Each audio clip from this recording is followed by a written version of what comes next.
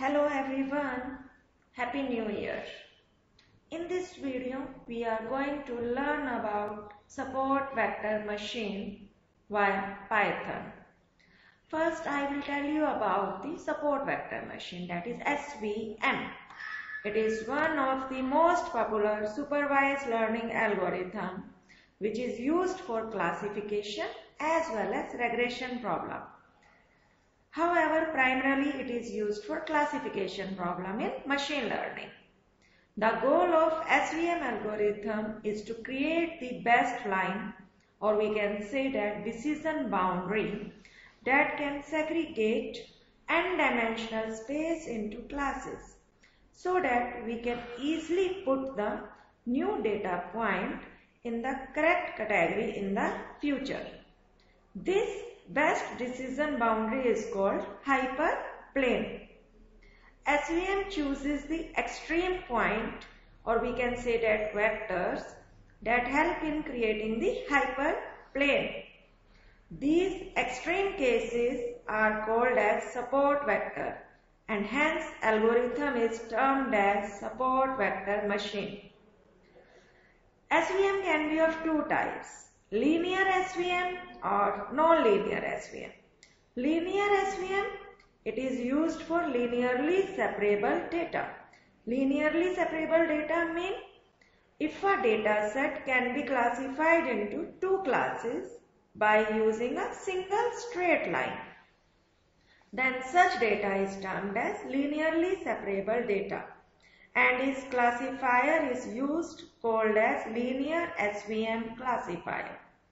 And non-linear SVM is used for non-linearly separated data, which means if a data set cannot be classified by using a straight line, then such data is termed as non-linear data, and classifier used is called as non-linear SVM classifier. There are some advantages and disadvantages of support vector machine. The advantages of support vector machine are effective in high dimensional spaces, still effective in cases where number of dimension is greater than the number of samples, uses a subset of training points in the decision function called support vector, so it is also memory efficient. But support vector machine don't directly provide probability estimate. These are calculated using an expensive 5-fold cross validation. Now, in this implementation of the SVM classifier model, we shall use a social network advertisement data, which consists of 3 columns. The first 2 columns are independent variables, namely age and the estimated salary, and the last column is the dependent variable, that is purchased, which is in the binary format denoting whether the individual has bought the product or not. In this problem, we have to build a SVM classification model for a company that will classify whether a user of a particular age and with a particular salary will buy their given product or not. Let us now go through the implementation of the model. Now, step 1 is importing the libraries. As always, the first step will always include importing the libraries, which are the NumPy, Pandas, and the Matplotlib. That is, import NumPy as NP, import Matplotlib.python, py, plot as plt, import Pandas as pd. Step 2 is importing the data set. In this step, we shall obtain the data set from my GitHub repository, which is stored at social network dataset. and store it into the variable data set. Then we shall assign the corresponding variable to x and y. Finally, we shall see the first 5 rows of our data set. These are the 5 rows and these are column: age, estimated salary and purchased. Now step 3rd, splitting the data set into the training set and the test set. There are 400 rows in this data set. We shall split the data into the training and the test set. In this, the test size is 0.25.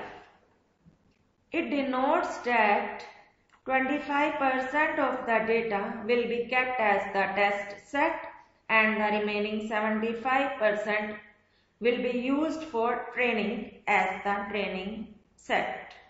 Thus, there are about 100 data points in the test set.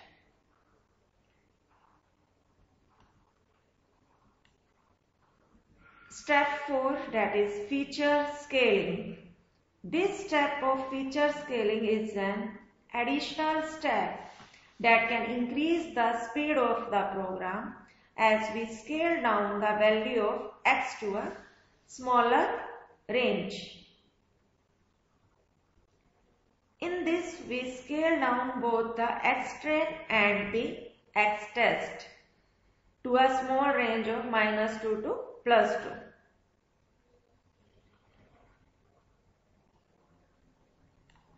Next step, training the SVM classification model on the training set. Once the training test is ready, we can import the SVM classification class and fit the training set to our model. The class SVC is assigned to the variable classifier. The kernel used here is the RBF. RBF, which stands for Radial Basis Function. Now next step, predicting the test set result.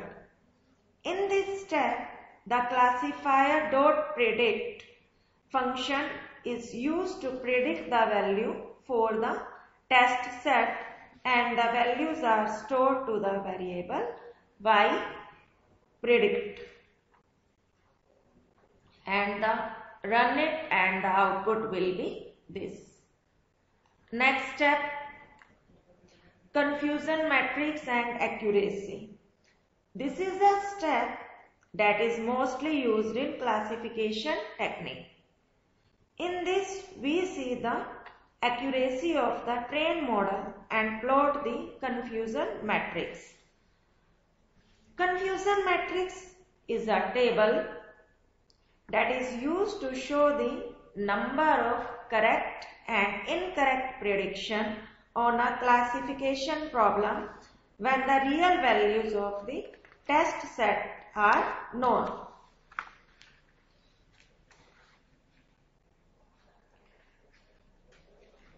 The true values are the number of correct prediction made. In this, out of 100 test data with an accuracy of 96%.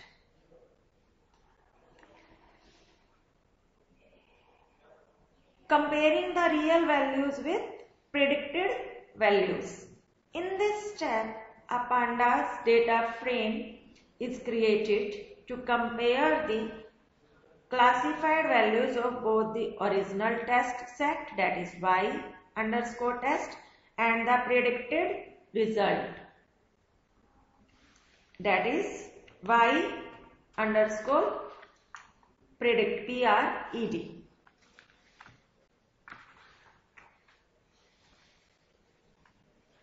Run it, the output will be this.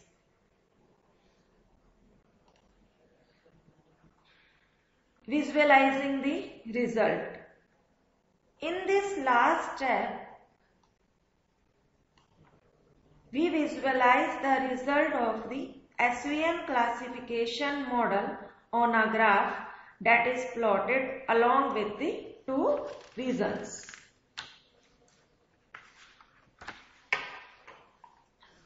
Run it and the output will be this. In this plot, there are two regions, red region and the green region. The red region denotes 0, which consists of people who have not bought the product, and the green region denotes 1, which consists of the people who have bought the product. As we have chosen a non-linear kernel, that is RBF, we are getting regions that are not separated by a linear line. This is all about SVM classification algorithm. Thank you. Kindly like, subscribe and share my channel.